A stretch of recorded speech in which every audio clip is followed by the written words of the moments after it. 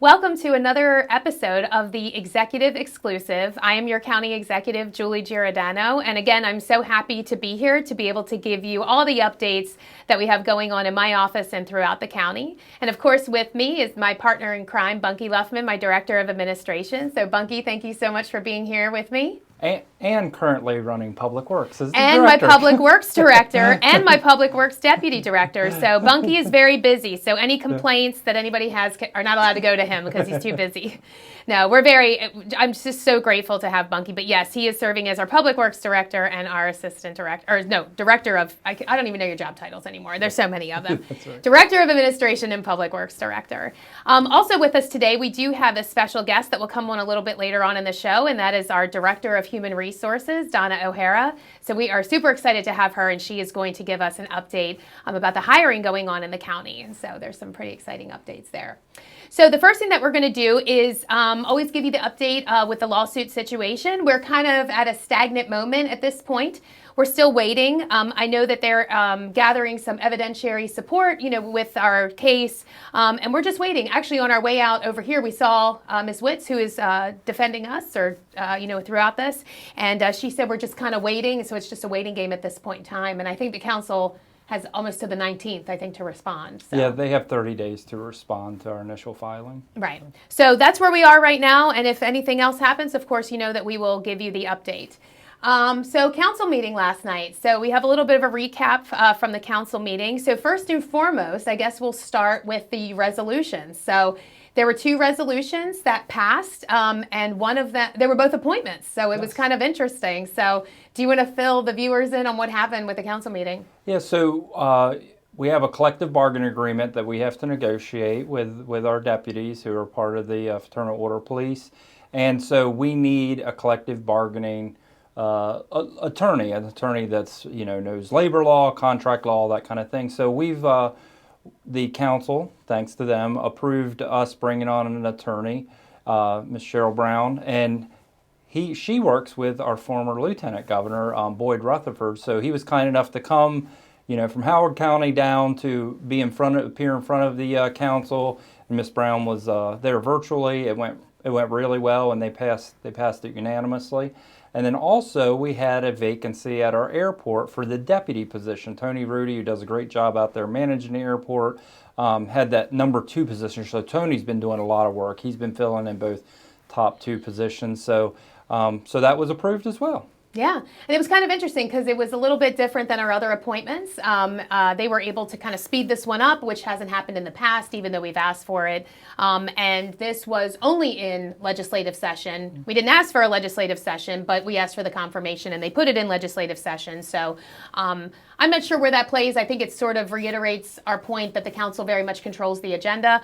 But we are so happy for both. Like I said, it was so great for former Lieutenant Governor Boyd Rutherford to be with us last night at the council meeting. You sort of saw some starstruck eyes, I think, in the audience, and then, of course, with our council. So it's always nice that he's with us. He's such a great man. And then, for us to have a new deputy director. So that's exciting. Well, and one of the things I used to say, coming from the Hogan administration, I worked for Governor Hogan, and this is no disrespect toward him, but every time that I would do something with the lieutenant governor, sometimes I had to staff him being an intergovernmental affairs, so he would go on a visit to Harford County, or one time I did a tour of Berlin for him, and every time I hung out with the Lieutenant Governor Rutherford, I learned something. He's so brilliant, and he sort of has a very reserved manner, but he is incredibly funny. He's an incredibly humorous guy too, which you might not pick up on it if you were just to meet him once or something. So it was great to see him last night, and of course, thanks to the council for the vote on both of those items. Yeah, we were very excited about that. So excited for our airport, excited for Tony Rudy to get some help out there, and so well needed, especially for all the great things that we have going on at our airport, which we're going to talk about in just a few minutes. I was actually excited about the open work session that they had. So as it stands right now, if we have an accidental death with an officer in the line of duty, the widow or widower is awarded an accidental death benefit. I guess it could go to the kids as well, depending on their family situation. Unfortunately, though, the way that the law reads is that they have to pay taxes on that. And unfortunately, that's where we are in this county right now. And so we are very excited to do a letter of support. I know the council's going to do a letter of support. I actually was with Ben Barnes, who is the chair of appropriations, and he was talking about this exact bill and putting this in. And so we'll be able to fix that to where they will not have to pay taxes on it, that it'll be a tax-free entity, which it should be. I mean, and I think that you agree on that. So Yeah, definitely. yeah, that was good. And then the last thing I just wanted to talk about was the comments. So I actually stood up, did a public comment. There might have been some shocked faces, but I was actually very grateful. We had some of the council members that we met with, or I met with. It was Councilman Merritt and Vice President Baker and Councilman Wynn. And then I know the city was in contact with Councilwoman Shields about the fire service agreement. So it seems like we're moving in a good direction for that. Yeah, the fire service agreement will be on an upcoming council meeting where my understanding is the city will appear, and it looks like we've negotiated a good deal that, you know, we obviously need council input, you know, to get it through the budget and that kind of thing. So I'm looking forward to that. It looks like the, you know, negotiations sometimes are tough and there's a back and forth, but it looks like we've come to at least a deal in principle, and, you know, we'll see how it goes in front of the council. Yeah, absolutely. And when I was talking to the council members, they seemed, you know, after providing the data and showing them everything, they seemed very, I mean, they were understanding of everything and seemed that it was okay. So it seems like, yeah, that we can check that off of our plate. All right. And then we had a couple of other comments. I don't even know if that's an episode that we really need to get into right now. That might be its own episode, maybe a little bit later on. So we'll skip over the rest of the comments. If you watch the council meeting, you'll probably know which comments I'm talking about.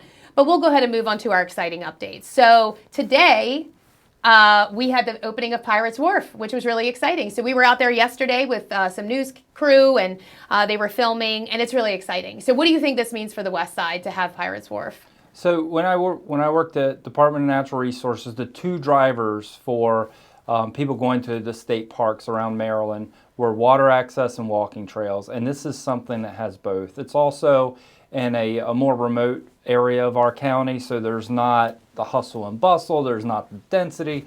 So it really is kind of a place that you can go and get away from it all. You know, right there on the water, it's incredibly peaceful. And then there's a great playground there as well. And it's one that we did the soft launch today, but with the understanding that more amenities are coming, kayak launch, boat launch, those sorts of things are coming. But we really, as soon as possible, wanted to open it up because this was many hands over many years to get it to where it's at, including former county executive Bob Culver was very passionate about this project. And, you know, I feel incredibly grateful that, you know, sort of, I don't know how to say it, but fate has allowed you and I to be the custodians of this and sort of as the launch, given that, you know, how many people have been involved, and we were able to, working with Steve Miller and everyone at Rec and Parks and the contractors, get it to the point where we opened it. Yeah, it is. It's a very exciting time, and I think that it means so much to so many people. And like you said, I think this was like a 20-year project.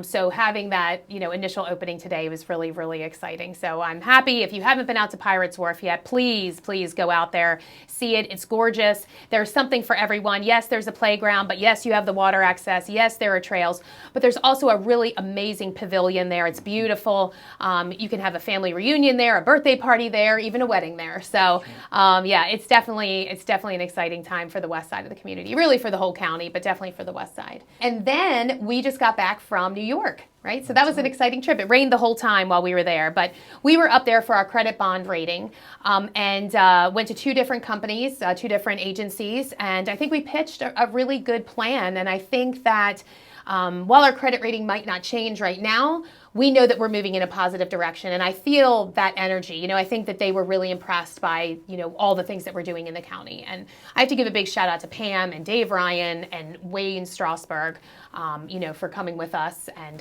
you know, and pitching that. So what did you think? Yeah, we had a very good, this is, you know, both of our first time, and we had a very good meeting, and it's sort of one of those things you going in, you know, my concern is, okay, how much of this is going to be a conversational type of meeting versus, you know, someone with a stiff upper lip kind of looking down on us, you know, kind of almost like an interrogation or very formal. But But to, my relief and great surprise was it was very conversational with both Moody's and Standards & Poor, and they had really smart questions to us, and we had some questions back to them to go along with our presentation, and everyone really did well. What we found out too was, different people present things differently. I really feel like Dave Ryan probably memorizes what he's going to say, and even mannerisms and stuff, shovel-ready sites. Yes, he loves the shovel-ready sites.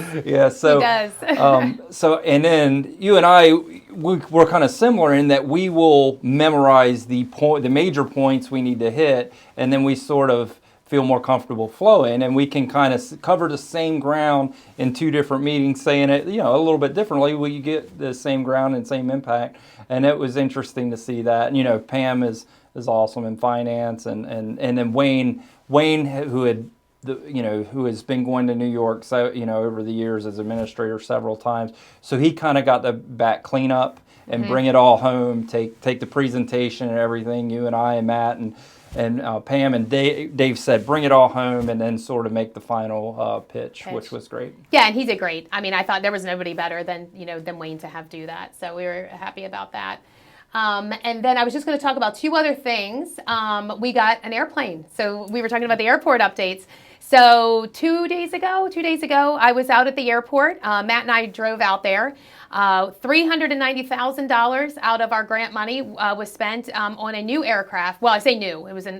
I heard 63, but then they said 69. I don't remember what year the airplane was. But it flew here from Mississippi. The driver was hopping on the Bay Runner and going maybe to BWI to fly back out. But it was exciting because they are going to be taking this airplane apart and putting it back together.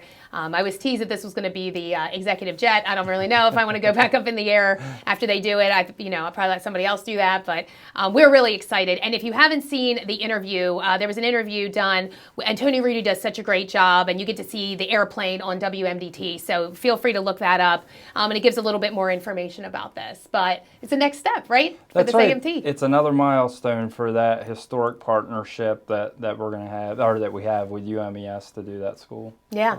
So we're super pumped about that. And then last but not least, we were also out of the office for the crab and clam bake. So that was exciting. I do have to say, though, if you've ever been to the Taw's Crab and Clam Bake, it used to be in July. Hottest day of the year, typically. Now it's in the fall, which I think is so much better. But we could definitely tell it was not an election year. So you don't see as many people. There's not as many signs. There's not that hustle and bustle. But still a good time. We had a really good time. I got to see a lot of our friends in Annapolis and across the state. So that was really good. Yeah, the governor was there. Several members of the General Assembly were there. Several local elected officials were there. Our Tri-County Council members of that were there. Different staffs from rural Maryland Council. So it is a great networking event. And the great thing about it not being in July, if you've ever attended in July and stood in that line on the blacktop waiting to get crabs, that is some kind of unique, miserable, the miserable index is really high there doing that. So we did not allow it. There was a little bit of localized flooding there, but it was really literally a cool event temperature-wise. Yes. And just the weather, other than that rain that happened the day before, the day of, the weather was actually fine. Mm-hmm. And it was really good to get to know more people or strengthen your bonds with people across the state. Well, and if Chrisfield was ever having a hard time telling people that sometimes Chrisfield floods, that was a great example. So there was leadership all across the state witnessing, what happens at high tide sometimes. And that's just, we had a lot of rain because of the hurricane. So, all right. Well, other than that, I get to say goodbye to Bunky at this point in time because we are going to be joined by Donna OHara, our Human Resources Director. So, Bunky, thank you so much for being here and always willing to give us the updates for the county. Oh, yeah, definitely. I'll see you next time. All right. Sounds good. All right, and now joining me in the studio is our Director of Human Resources, Donna OHara. So Donna, thank you so much for being here today. Thank you for having me. I appreciate the opportunity to tell everybody what's going on in Wicomico County and HR. Yes, so we are super excited. So Donna joined us in the Human Resources Department right around the time that I kind of came on. So she was a couple weeks after me. But the changes that have happened in human resources are just monumental, and I think they really speak volumes because we've had a lot of hiring. There's been a little bit of, some people leaving in certain areas, but I feel like that's just across the state in certain areas. But we filled a lot of positions, and I think that her and her whole team are really trying different ways to recruit and retain. So what have you got for us? Because I know you got a lot going on. We do, yep. We hosted our first job fair in a couple of years. We actually had it at the Civic Center. We had 2 different sessions, and we had a great turnout. We actually got a lot of applicants, and we've actually hired several people from that job fair. So thank you, Steve Miller and the Civic Center, for your opportunity to giving us the opportunity to do that for the first time in a few years. In addition to that, we've had almost 30 new hires in the last few weeks. We've hired a principal civil engineer, so that has been that position. We needed that. It was open for a very long time. We got a Texas A&M graduate, and he's fantastic, and he's really fitting in well and learning the ropes really well. I stopped by and saw him today. I was actually giving out one of the Employee of the Month. And it wasn't him, but it was his next door neighbor, but I stopped in and saw him. And he first looked scared when I came in, but after that he opened up a little bit. He was telling me about, because he's living at the Ross, and so he was telling me about the Ross building. He's getting the whole downtown Salisbury experience. He really is. County, so I'm envious that he has to just walk across the street. Right, yeah. 7:55 he can leave, and he's not late. He's early still. Yeah. Also in Public Works, we have our new fleet coordinator we just hired, as well as about 7 other positions that we filled within the last couple of weeks. And again, several of those came from the job fair in both roads and solid waste. In corrections, we have about 6 or 7 new correctional officers that are going to be starting soon.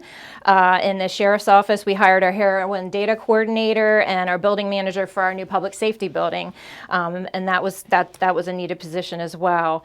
Not to interrupt you, I just wanted to jump back to corrections really quick. Sure. This is one of, I know we had talked about roads and solid waste, but corrections is always hard. It's such so all of my correction officers, I don't want to say mine because they're not just mine, our correction officers, thank you for what you do every single day, because I know that job is tough, and we do see a turnover, unfortunately. But a lot of it has to do, it's hard to get them in the academy too, because there's a limited space, and a lot of different things that I think that are working. Right, and just the nature of the job. It's a very difficult job, and they don't. I think they're underappreciated and under-recognized for the work that they do. So that is absolutely the truth. Also, in the sheriff's office, like I said, we hired our heroin data coordinator and our building manager. Also, in emergency services, we have our new hazmat coordinator. He came in and got his paperwork today, and he'll be starting soon. Orientation's tomorrow for those guys.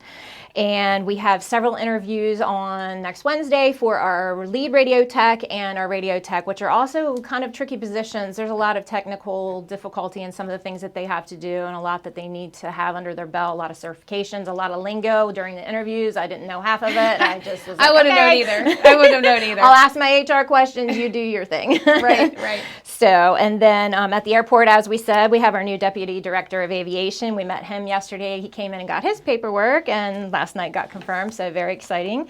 And in planning and zoning, probably a couple of months ago now, we had finally got our senior GIS specialist, which was a tough one to fill.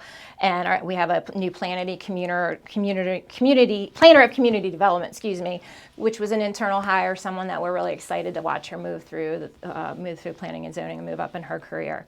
In addition, we have 2 new part-time security ladies that we were able to steal from the city. Their jobs were pretty much eliminated there because of the parking garage system that they're working on now. But we stole them, and they are doing a great job, and we just love seeing their fresh faces every day, and they love what they're doing, so that's nice.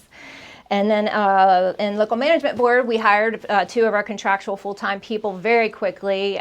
Very, very impressive resumes with them, and we have a couple more positions that we're getting ready to fill for them as well. So like I said, we're about 27 to 30 positions that we filled in the last month, 6 weeks or so we're moving and grooving. Yeah. I want everybody to please make sure that you visit us on Facebook, Instagram, Twitter, LinkedIn, and of course our Facebook or our website to make sure that you keep up with all of our openings. Yeah.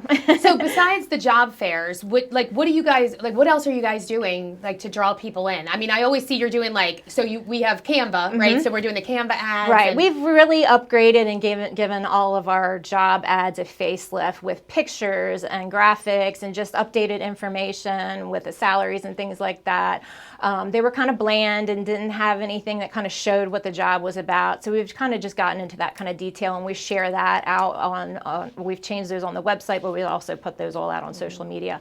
And our social media and our likes and our whatever the data they call it, they have all kinds of fancy data words, but we go through and we analyze all of that, and our hits have gone through the roof on all of those. Anthony knows all the lingo, so he catches all that.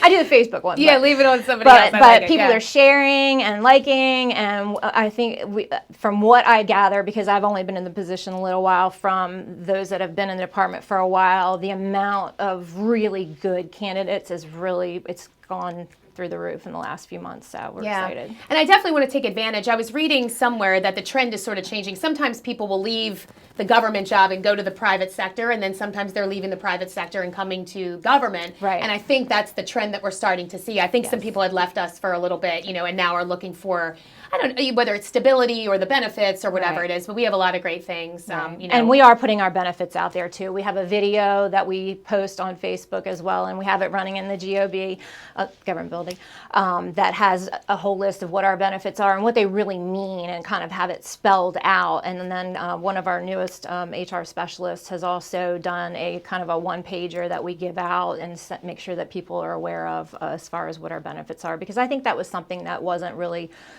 accentuated and really put out there to make even our current employees that have been here for a while really understand what value they get in their total rewards package with us. So. Yeah, absolutely. And another good thing is that when they come to human resources, there's a change in location, right? Because before they were down in the basement, and it was, I never liked it. I really didn't. And so it worked out that L&B, which I know in the last show we had Tim on, and he was telling us where the new L&B office is, and that opened up some space upstairs. Have you noticed a change in whether it's your staff or people coming in or just stopping in, and has that really helped you? My staff are so happy to have some sunshine and to be out of the basement and just be, when people walk by, we're able to say, hey, and they can come in and talk a little bit more, because you really never walked by us before. They're elated. Corey has seen sunshine for the first time in 19 years on a daily basis. So happy we could do that for them. I know, it's exciting. So, but we are getting more foot traffic, and I feel like just having our door open all the time, we're just getting to talk to people more. And again, our ads are right outside the door, so we'll see somebody who comes in for something else, stand in front of our ads and kind of read everything, and then they'll come in and ask for an application, and that wouldn't have happened before. So right, yeah, it is kind of nice. So if you haven't walked in the GOB lobby, there is a TV there, and so Corey and you and Paula, just everybody in HR was like, we're utilizing this, we're posting right there. So kind of took it. Yeah, which is fine. It's like a walking billboard, and it's great. And I think that it really just it adds to it. And the office is so welcoming. You go in, and it's colorful and just welcoming, and it's just wonderful. So and there's always candy. And candy, so you can always stop by and get a snack too. So. Yep. All right. Well, I know our time is getting ready to run out. Is there anything else that you wanted to add from Human Resources? Just keep an eye on all of our social media and LinkedIn and everything. And even if you're not looking for a job, have somebody, if you know somebody who is, please send them our way. And always, our door is always open, so you're always welcome 8 to 5, Monday through Friday, pop in and just say hi and introduce yourself and drop a resume. Yeah, absolutely. Yeah, there might be something that comes available. You never really know. So, right. Well, like I said, we are so grateful to have Donna, and I stole her from the private sector, so nonprofit world. So I was happy to have her. And so she has been just phenomenal and just amazing in her role. So thank you for everything that you do. I love the opportunity. Thank you. Yeah, no problem. So, well, that takes us to pretty much the end of the show. So thank you all for tuning in. I do want to let you all know that it will be close to 4 weeks before the next episode, because Donna and I will not be here typically on the Wednesday that we shoot this, because we will be in Nashville. Not partying, I wish we were, but no, we are there for a collective bargaining agreement conference, which is super important. As we mentioned earlier, we just got the attorney, so we need to make sure that we're well-versed in a lot of things. Yeah. Yep. So we're excited about that. So a lot of knowledge, good professional development, I think, for both of us. 100%. So, yeah. Well, as you know, I always end with a quote, and so our quote for the day is, if you've got to tell them to carry the bricks, they are not the ones to build with. Thank you so much, and we all hope you have a great day.